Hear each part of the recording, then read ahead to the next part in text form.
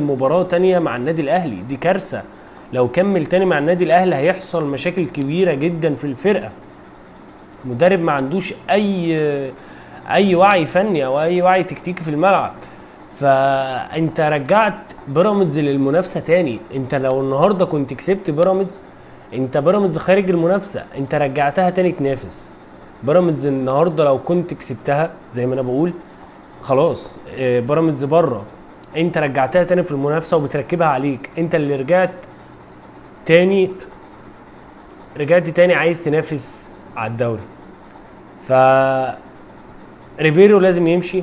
شايف ان كابتن عماد النحاس لازم يكمل المرحله الجايه. انا مش مع اي مدرب يجي الفتره الجايه لسه يتعرف على الفرقه ولسه يروح منه ماتشات ولسه يقول لك لسه جاي ما يعرفش حاجه عن الفرقه، بيشوف وبيجرب والكلام ده كله. انا مش مع الفكر دوت. انا مع ان الكابتن عماد النحاس هو اللي يكمل الفتره اللي جايه. الفتره اللي جايه صعبه جدا، لازم هو اضرب كل حاجه في الفرقه. مع درب الفرقه قبل ريبيرو ما يجي وخد بطوله الدوري، لعب معاهم 6 ماتشات وخد بطوله الدوري. لازم هو اللي يكمل مع الفرقه. مش شايف ان اي مدرب هيضيف اي حاجه جديده يعني. بس